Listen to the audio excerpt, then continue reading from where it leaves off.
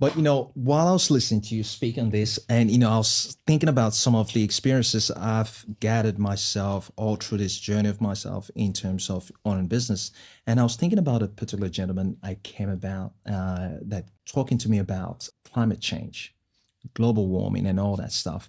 Now you could tell this guy's quite passionate about saving the planet, saving the world, but he was a very crappy salesman. And I think that's the reason why climate change is not really moving, really, the awareness on climate change is not really making as much impact as it should. Because typically when you get people talking about climate change on TV, what they're focusing on is talking about what are the aspect of destruction that's happening and blah, blah, blah. There is no kind of charisma to it. They're quite passionate about it, but they are not salespeople, right? Now, people that do have those type of attributes where they're really, really good. The other one I had was a really, really good chemist. I can tell he's got the passion in chemist, but it's really bad in sales. How do they go about doing that? Because some people know where their strength lies, and how do they go about selling their vision to someone else in a strategic way? Because you have to sell that dream to someone. If you can raise that capital to buy the leads from lead generation because you're bootstrapping this whole business, you need to get a salesperson that's going to come into your business to do the sales for you. What would be your number one tip to people like that are good at the core work but really bad in selling the dream to someone else? Right. It is. First of all, you may hate it.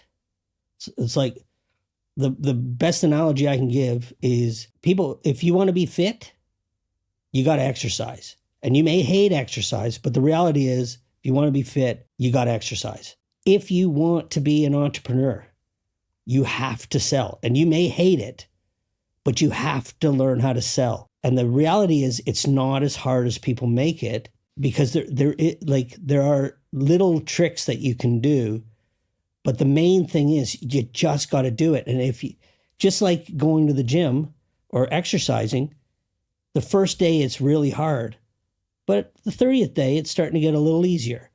And by 6 months, it's like you wonder, why was this so hard? And it's the same with sales. You'll find your niche. Now, if you have a unique product, that's actually really hard. Blazing trail, there's a misconception that if you're first, it's the easiest. No, actually, if you're the first, it's actually really, really hard, because you spend more time educating the market that they need something than actually selling something they already know they need. I was part of one of the fastest growing companies in Canada for a number of years.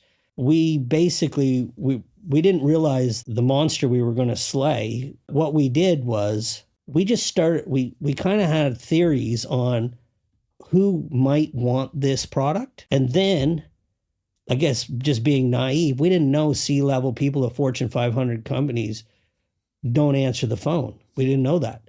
So we called them. And guess what? They did answer the phone, because we were the only ones calling them. So we would call them. And here's the trick we learned. Find 3 things. And you got to there's a reason you started your business. What are the 3 main reasons you started that business? We solve this, this, this, and this, or this is the 3 reasons why you should buy this. And you call up that CEO and go, hi, I'm from here. We do X, Y, and Z. And if you've done your research and your theories are correct, one or 2 or 3 of those things are going to hit true. And they'll say, yeah, come and see me. If you have a product that's going to solve a problem for them, or there has reason for being, they want that problem solved. It's a thorn in their side. So if you're offering that, they'll give you an hour. Then you just got to be prepared. Rehearse your presentation. Be professional. Go in there. Be ready. Be prepared. If they give you an hour, don't waste it. I got to agree with you, but at the same time, I disagree with people saying that they can't sell. I truly do believe everyone is selling, but they just don't know they actually sell. Right. From when a baby's born, the baby's selling to the mom. When the baby does those beautiful googly eyes, the mom, like we're all selling, but we just got to be more aware and strategic on how we go about doing it. So yeah, Absolutely. I really do agree with what you're saying. And when you look at the top, millionaires, billionaires all around the world, these guys, they all started off as being a salespeople. Look at Jeff Bezos, you look at Elon Musk, you look at founder of Apple as well, Steve Jobs. These are all incredible sales individuals. Yeah.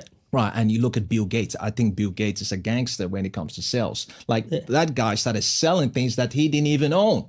That's right. He didn't even own it. Right. So I think you're right. The sooner we all get used to being comfortable in selling, and the only way you can get comfortable at it, as you said, you just got to do it over and over and over and over and over. You're going to get rejected. You're going to get doors closed in front of you. It's all part of the journey. It's all part of the process, right? The reality is there's this misconception, especially in B2B sales. People are going to be rude to you. I've made thousands of cold calls in my life. I even spent 2 summer holidays in high school knocking on doors, selling home improvement products. Nobody has, like, I'm sure it's happened, but it would be under 20 people out of thousands that were really rude to me, especially in B2B sales, because if you have a reason for being and your product's good, the worst you'll get is, sorry, like we got too much on our plate right now, or, call me in 6 months because it sounds interesting, but just not right now.